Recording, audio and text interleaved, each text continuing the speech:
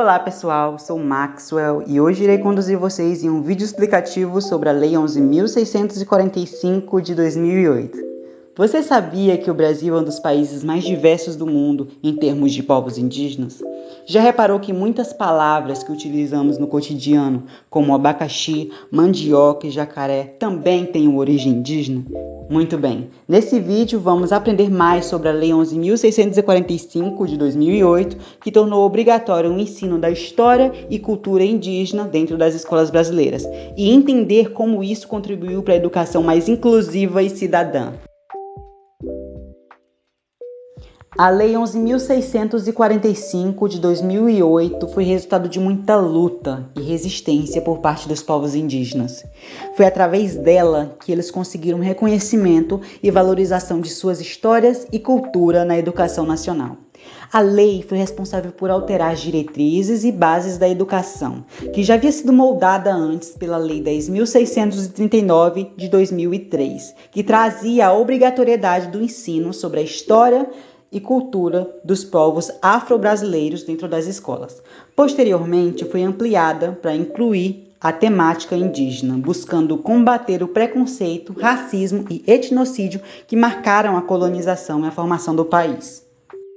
A lei foi sancionada pelo presidente Luiz Inácio Lula da Silva, após longos debates e mobilização social, que envolveram o movimento de comunidades indígenas, quilombolas, de negros, educadores, pesquisadores e organizações de sociedade civil.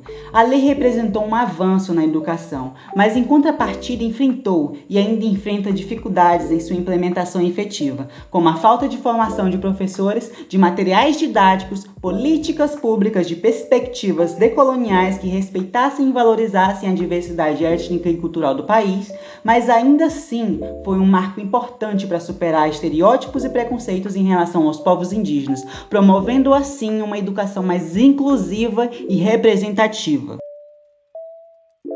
Vamos agora explorar os pontos chaves da lei. Como já foi visto anteriormente, a Lei 11.645 de 2008 foi criada para diminuir as ideias preconceituosas e estereotipadas em relação à comunidade indígena.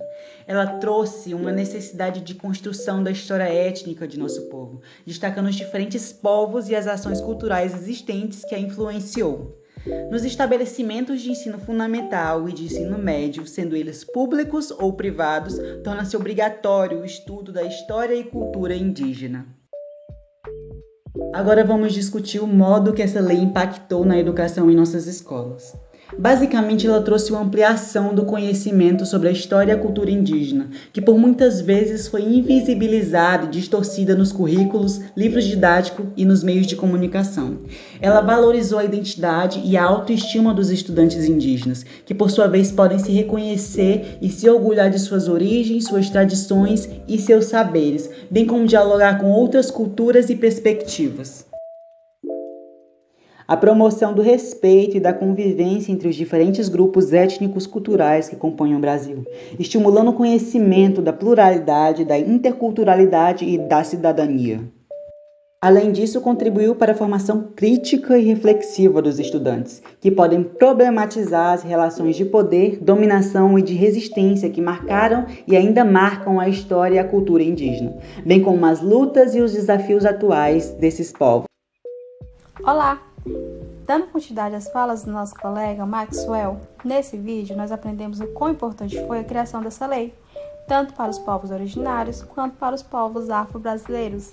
Nós aprendemos que eles são parte crucial da nossa história e é preciso que estejam inseridos nas pautas de estudo dessas escolas, para que nós tenhamos a consciência de que grande parte desse Brasil, seja o nosso idioma, a nossa culinária e até mesmo alguns costumes, eles vieram diretamente desses povos e isso não pode ser esquecido. Apesar de todas as problemáticas, nós temos muitas escolas que dão exemplos, promovendo eventos, feiras culturais e de professores que procuram estudar profundamente a história desses povos e que trazem isso para dentro das instituições. Aqui mesmo no nosso meio, nós temos o professor mestre Paulo Hernandes, que está sempre envolvido nas palestras e instigando a curiosidade e o fascínio dos alunos por outras culturas. Por fim, Nós agradecemos a atenção de todos vocês e esperamos que tenham gostado e que estejam instigados a pesquisar mais e mais sobre o que foi abordado neste vídeo. Nosso muito obrigado a todos vocês.